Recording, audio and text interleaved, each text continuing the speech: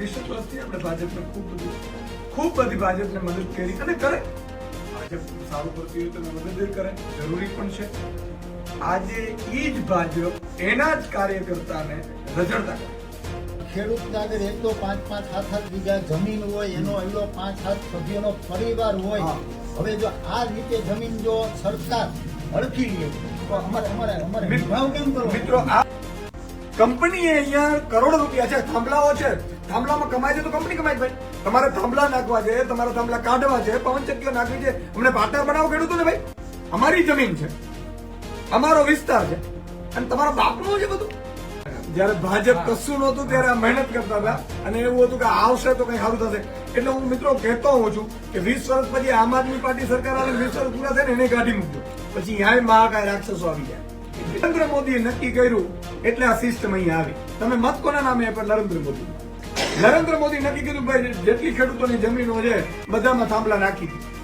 એટલે એને મુખ્યમંત્રીને કીધું, મુખ્યમંત્રી કલેક્ટરને કીધું, કલેક્ટર એસપીને કીધું, જ્યાં જરૂર પડે ત્યાં પોલીસ મોકલી દે, ખેડૂતોનો જે થવું થાય મારો પીટો ઉપાડી જાઓ, પણ થાંભલા નાખો, કારણ કે કંપનીનો છે.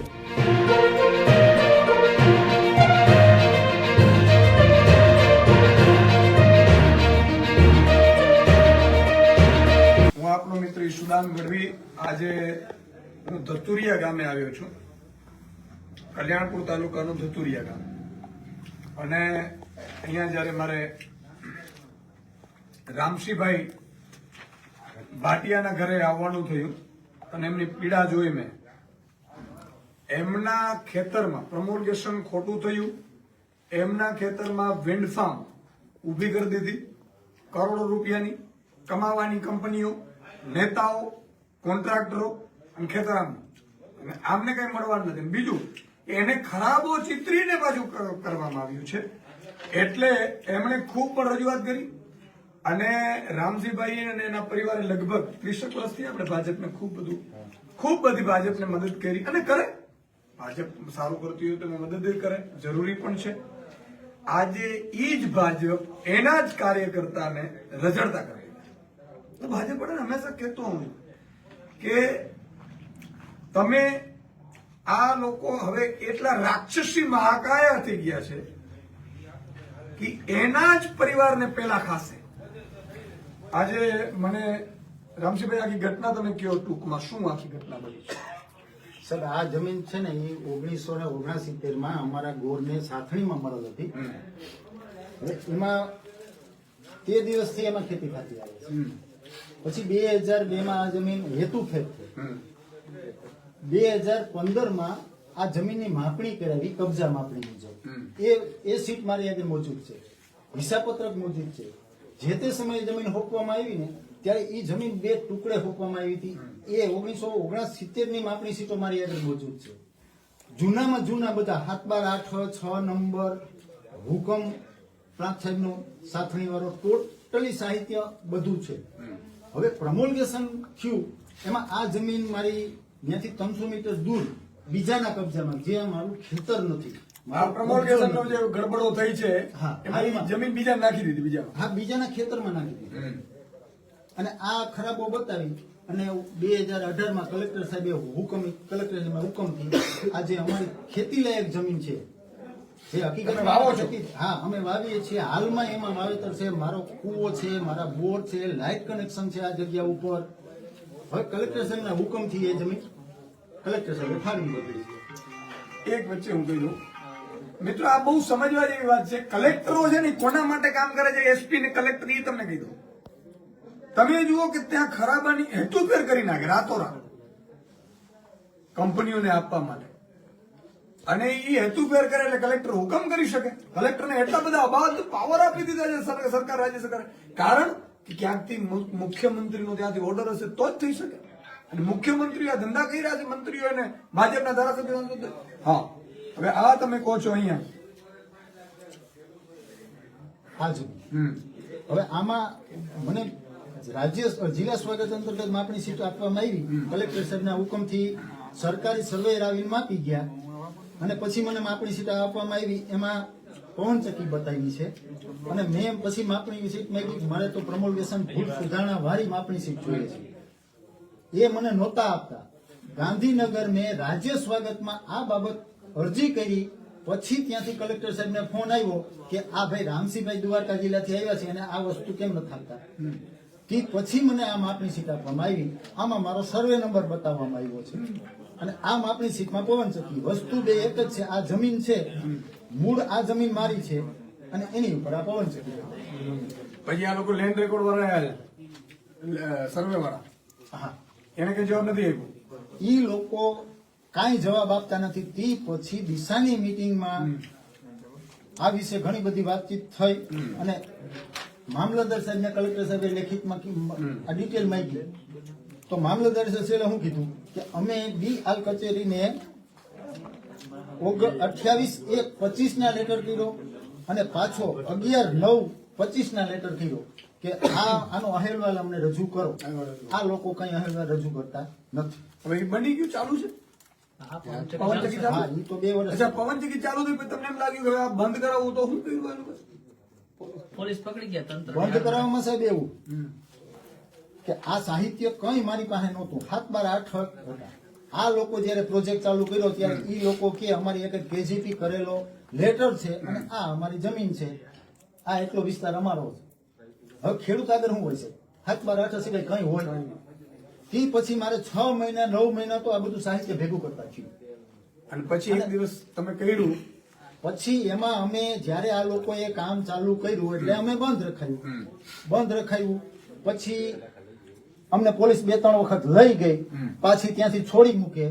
છેલ્લે મેં લાસ્ટમાં કલેક્ટર સાહેબને, એસપી સાહેબને, ગૃહમંત્રીને બધેને લેખિત રજૂઆત કરી કે જો 10-15 દિવસની અંદર આ પવનચક્કી ફરે છે મારી માલિકીની જમીનમાં, એ જો બંધ કરવામાં નહીં આવે તો હું મારે જાતે બંધ કરી દઈશ. મેં 1.5-2 મહિના પહેલા મેં મારે જાતે પવનચક્કી બંધ કરી દીધી. એટલે કંપનીના અધિકારીઓ આવ્યા, એ લોકો આવી અને કીધું કે કેમ બંધ કરી દીધી, શું છે આ? એટલે મેં કીધું ભાઈ મારી વગેરે આ પ્રૂફ છે, આ માપણી સીટ છે. મારા વિસ્તારમાં. હા, છતાં કલેક્ટર સાહેબ, પ્રાંત સાહેબ, મામલતદાર સાહેબ ગોળ ગોળ ફરે છે, એકબીજાના માથે ટોપીઓ પછી તમને પોલીસ લઈ ગઈ. હા, પછી રાતે 2 વાગે અમને પોલીસ લઈ ગઈ. તમે વિચાર કરો, સમજાવવાની કોશિશ મિત્રો એ કરું છું કે કંપનીઓ જયારે થાંભલા નાખતી હોય ને તો માત્ર અધિકારીઓ તો પપેટ હોય છે. એમાં મોટા મોટા મુખ્યમંત્રી, મંત્રી, ધારાસભ્યો, સાંસદોની મીટિંગ થતી હોય છે. મીટિંગ થઈને પેલા આ કંપનીઓ વાળા 6 મહિના પહેલા સર્વે કરાવે ક્યાં ક્યાં આપણે થાંભલા પડી શકશે, પવનચક્કીઓ પડી શકશે, ત્યાંથી થાંભલાઓ નાખશે. અને એ નાખ્યા પછી ડીએસપી અને કલેક્ટરને કહી દેવામાં આવે કે તમારે જે લેવાનું હોય લઈ લેજો. મેં આ સાંભળ્યું છે. નહીં તો પછી કલેક્ટર, પોલીસને મર્ડર થઈ જાય છે, એટલી બધી હાલત ખરાબ થઈ જાય છે, મારે છે તો પોલીસ ફરિયાદ કરવાનો ટાઈમ નથી. પણ આ લોકો જરાક પોતાના વિસ્તારમાં પવનચક્કી નાખી છે, મહેનત કરે છે, આ જાશે ક્યાં? શું આ ટ્રમ્પ પાસે જશે? સાહેબ, ખેડૂતના આગળ એક તો 5-5, 7-7 વીઘા જમીન હોય, એનો એવડો 5-7 સભ્યોનો પરિવાર હોય. હા. હવે જો આ રીતે જમીન જો સરકાર હડકી લે તો અમારે વિભાવ કેમ કરવો? મિત્રો, આ બધાનો ઉકેલ શું છે? આજે અહીંયા આવ્યા, અમે મને કીધું કે વિડીયો બનાવો, આ બધાને ફેરવો, આ બધા વિડીયો બનાવે છે. હું એમ કહું છું, દ્વારકા જિલ્લાના જેટલા યુવાનો છે એ બધા લાઈવ કરો. આજે આમના ખેતર ઉપર થયું છે. કોઈએ જોયું કે મુખ્યમંત્રીના બંગલામાં હટાવીને એ થાંભલો નાખ્યો? ભાઈ, કોઈએ જોયું કે ભાઈ સાંસદના, ધારાસભ્યના, મંત્રીના ખેતરમાંથી થાંભલા નીકળ્યા? કેમ નથી કરતા ભાઈ? તમે ગરીબ ખેડૂતો ઉપર ચડી બેઠા છો અને આ ભાજપના નેતાઓ પછી મેળા છો તમે. સાહેબ, મેં ધારાસભ્યને 2 વખત લેખિત રજૂઆત કરી છે. કોણ છે તમારા ધારાસભ્ય? અમારા ધારાસભ્ય પબુભા માણેક. પબુભા માણેક 35 વર્ષથી ધારાસભ્ય છે પબુભા. અને સાંસદ સભ્યને હું રૂબરૂ આ બાબતમાં ઓછામાં ઓછા 4 થી 5 વખત મળ્યો. અધિકારીઓને મળેલા છે. કલેક્ટર સાહેબને કેટલી વખત મળ્યો છે એ જ ખબર નથી. હવે તમે સાંભળો મિત્રો કે આમાં હું માનું છું ત્યાં સુધી કાંઈ થવાનું નથી. રામસિંહભાઈ જ ભોગ આપવું પડશે. પણ આ ભોગ કેમ આપવું પડશે? ખોટી જમીનો કરવા, કારણ કે કંપનીએ નક્કી કર્યું કે અહીંયા થાંભલો પડી શકે એમ છે, એટલે પ્રમોલેશન ચેન્જ કર્યું. બહુ સાંભળજો, કંપનીના નામે કે ભાઈ પ્રમોલેશનમાં નામ, એટલે એ પોતે પુરાવો બતાવે. હવે કોર્ટમાં જાઓ, હવે આ કોર્ટમાં જાય એટલે 20 વર્ષ લાગી જાય. એક દાખલો તમને આપું. હમણાં જ ગઈકાલે કોઈ સજા આવી છે લેન્ડ ગ્રેબિંગમાં. એક 2 વીઘા ખરાબા ઉપર એક બિચારા નાના પરિવાર, દેવી પૂજક હતું, એને કઈ કબજો કર્યો છે, સામે ફરિયાદી થયા. તો એને ગુજરાતમાં પહેલી વખત લેન્ડ ગ્રેબિંગમાં 10 વર્ષની સજા ફટકારી. મારી પાસે મને પરમ દિવસે જ મળવા આવ્યા હતા કે સુદાનભાઈ આવું છે, અહીંયા કંપનીએ લેન્ડ ગ્રેબિંગ કર્યું છે એની ફરિયાદ નહીં થાય. કંપનીએ અહીંયા કરોડો રૂપિયા છે, થાંભલાઓ છે, થાંભલામાં કમાય છે તો કંપની કમાય ભાઈ. તમારે થાંભલા નાખવા છે, તમારા થાંભલા કાઢવા છે, પવનચક્કીઓ નાખવી છે, અમને પાટા બનાવો ખેડૂતોને ભાઈ. અમારી જમીન છે, અમારો વિસ્તાર છે અને તમારા બાપનું છે બધું. પણ એ એટલા માટે મિત્રો કે ભાજપ અત્યારે મહાકાય રાક્ષસ બની ગયું છે અને રાક્ષસ બને ને એટલે પેલા પોતાના દીકરાઓને ખાય. આ ભાજપને 30 વર્ષથી લાવનાર રામસિંહભાઈ છે, એમનો આ પરિવાર છે. તમે છો જ ને? કેટલા વર્ષ મહેનત કરી છે? 40 વર્ષ અમે. ખાલી વાર મહેનત કરી. જયારે ભાજપ કશું નહોતું ત્યારે આ મહેનત કરતા હતા અને એવું હતું કે આવશે તો કઈ સારું થશે. એટલે હું મિત્રો કહેતો હોઉં છું કે 20 વર્ષ પછી આમ આદમી પાર્ટી સરકાર આવે, 20 વર્ષ પૂરા થાય ને એને કાઢી મૂકજો, પછી અહીંયા મહાકાય રાક્ષસો આવી જાય. બરોબર છે? હું એટલા માટે કહું છું કે આ બધા લોકો અત્યારે પીડાઈ રહ્યા છે. હવે હું વિનંતી કરીશ રામજીભાઈ, શું તમારી માંગ છે કે અમે શું તમને મદદ કરીએ? માંગમાં તો સાહેબ અમને હવે એક તો ટૂંકી જમીન છે, એમાંથી 6 વીઘા જો સરકાર કંપનીને દઈ દે તો અમારી પાસે કઈ વધતું નથી. એટલે કંપની અત્યારે જે ભાડા પેઠે બધાના મશીનો પવનચક્કા ઉભા કરે છે તો અમારે જમીન ભાડા પેઠે લઈ લઈએ અને અમને નુકસાનીનું વળતર શું. એટલે કોઈ પ્રકારનું કઈ વળતર એને દીધું નથી આપણે. હવે મિત્રો આ જે થાંભલાઓ હોય છે ને, એમાં જે થાંભલાઓ નાખે છે ને કોન્ટ્રાક્ટરો એ ભાજપના હોય છે મોટા ભાગે, અને બિચારા કમાય, મને વાંધો નથી. કોઈ મને એવું કહે છે કે 70-80 લાખ રૂપિયા એક થાંભલો ઉભો કરે એટલે ભાજપના નેતાઓને મળે છે. મેં સાંભળ્યું છે હમણાં ટેકાના ભાવે જે મગફળીઓ કરી દે છે ને ટેકુડિયાના નામે 125 માં, એમાં પણ જીજી ભાજપના નેતાઓ છે એને 50-60-75 લાખ 2 મહિનામાં મળશે અને એ ભાજપનું એટલે જ કામ કરતા હોય. એ લોકો એવું કહે છે કે અમે જ્ઞાતિના મત તમે નકાવી દેશું એટલા માટે ટેકાના ભાવે મગફળી આપવામાં આવે. બરોબર. આ તમને વરવી વાસ્તવિકતા કહું છું.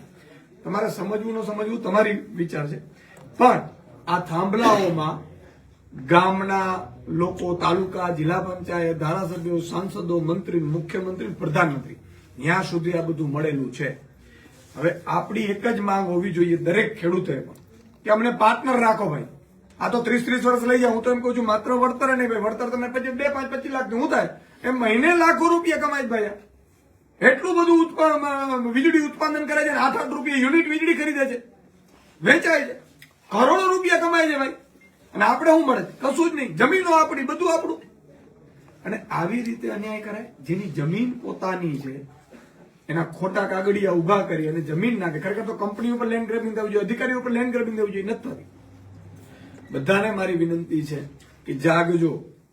આ ભાજપને ઉભી કરવામાં 30-30 વર્ષ જેને રામસિંહભાઈ અને એના પરિવારે મહેનત કરી હશે, ઉજાગરા કર્યા હશે, 5-25 રૂપિયા ખર્ચ્યા હશે, એને અત્યારે જમીન વિહોણું કરવા માટે ભાજપ ઉતરી આવ્યું છે. આખા દ્વારકા જિલ્લામાં કહું છું કે કોઈ જ્ઞાતિનું, જાતિનું, ધર્મનો આગેવાન ભાજપનો હોય ને આપણો નથી હોતો. હું વારંવાર કહું છું, માત્ર કંપનીઓનો દલાલ હોય છે કે મુખ્યમંત્રી નરેન્દ્ર મોદીનો દલાલ છે. અને આ આખી સિસ્ટમ ક્યાંથી થાય છે? નરેન્દ્ર મોદીએ નક્કી કર્યું એટલે આ સિસ્ટમ અહીંયા આવી. તમે મત કોના નામે આપ્યા? નરેન્દ્ર મોદી. નરેન્દ્ર મોદી નક્કી કીધું ભાઈ જેટલી ખેડૂતોની જમીનો છે બધામાં થાંભલા નાખી દે. એટલે એને મુખ્યમંત્રીને કીધું, મુખ્યમંત્રી કલેક્ટરને કીધું, કલેક્ટરે એસપીને કીધું, જ્યાં જરૂર પડે ત્યાં પોલીસ મોકલી દે. ખેડૂતોનો જે થવું ત્યાં મારો, પીટો, ઉપાડી જાઓ, પણ થાંભલા નાખો, કારણ કે કંપનીનો છે. અને ઈ થાંભલા નાખનાર કંપનીના પાછા તમે કાંઈ વળતર ન મળે. અને અત્યારે રામજીભાઈ નું કહું છું કે તમારા જેટલા જ્ઞાતિ, જાતિ, ધર્મના આગેવાનો છે, આપણા ભાજપના કાર્યકર્તાઓ છે, બધાને ભેગા કરો, ખબર પડશે. કોઈ ભેગું નહીં થાય. શું કામ નહીં થાય? એ તો રામજીભાઈ તમારો પર્સનલ છે, 2-5 લાખ રૂપિયા લઈ લો ને. કારણ કે જે માણસ આવશે ને આની લડાઈમાં એને 5 લાખ રૂપિયા ભાજપ પણ આપી દે કે તું ના જાતો. એટલે મારું કહેવાનું એ છે કે જ્યાં કોઈને પણ ત્યાં અન્યાય થાય ને ત્યાં આખું ગામ, તાલુકો, જિલ્લો એક થઈ જાય. ભલે એક જગ્યાએ જ અન્યાય થાય, બધા અવાજ ઉઠાવો. ભલે સગો બાપ કેમ આપણો નો. આજે રામસિંહભાઈની સપોર્ટમાં હું છું. આખા દ્વારકા જિલ્લામાંથી આવતીકાલે 200-500-1000 વિડીયો બનાવો અને આ સાચા છે એટલે કહું છું, ખોટો હોય તો હોય નાખો, પણ આને ન્યાય મળવો જોઈએ. નહીં તો 5-6 વીઘા તમારે આમાં લઈ લે, ટૂંકી જમીન કરશે શું? જીવન નિર્વાહ ઉપર સાહેબ આવી ગયું છે. આપણા ધંધા રોજગાર છીનવવા ઉપર આવી ગયું છે. સરકારે ખરેખર ધંધા રોજગાર આપવાના હોય. તો આ બધી બાબતો છે. મારી વિનંતી છે કે વીરુભાઈ તો અમારા ત્યાં ગયા હતા, જયો ને, શું લાગ્યું તમને? ના ના, એ તો ખેડૂત એકદમ સાચા છે, પણ તંત્ર એમને સાથ જ નથી આપતું, સાથે એમના નેતાઓ પણ સાથ નથી આપતા. એટલે હું ખાસ દ્વારકાના લોકોને કહું છું કે જેટલા જેટલા ભાજપને પ્રેમ કરો છો ને, એમ રામસિંહભાઈ જેમ જાગીને રામસિંહભાઈને ટેકો આપો ને, જાગૃત બનો. તમે જ્યાં સુધી જાગૃત તમારી રીતે લડત નહીં લડી શકો ને, ત્યાં સુધી પરિણામ નહીં આવે. અને આ લોકો તો ઠેબા જ ખવડાવશે. અને રામસિંહભાઈને ખાસ અનુભવ છે. આ ઢગલા બંધ કાગળિયા જાણો કાંઈ સાહેબ મારી ઉપર આગળ આ તો ખાલી નકલ છે. 5 કિલો વજન છે. 5 કિલો વજન છે સાહેબ. સતત 2 વર્ષની મહેનત ઓહો. અને અઠવાડિયામાં 4 દિવસ રખડવાનું ઓફિશિયલી કામમાં. અને જે ચેતનભાઈ, માપણી એક સીટ વર્ષની- આપવામાં આવી ને એમાં જૂનો સર્વે નંબર 400 પૈકી 2. આ કંપનીને જે જમીન ફાળવી છે ને એ 400 પૈકી 1 છે. તો 400 પૈકી 1 અને મારો 2, તો મારામાં કેમ આવી ગઈ આવી ગઈ. હવે તમે બીજા અઠવાડિયામાં 4 દિવસ તો ઈ હા, ધક્કા ખાય. અઠવાડિયામાં 4 દિવસ સાહેબ હું સાથે હોઉં.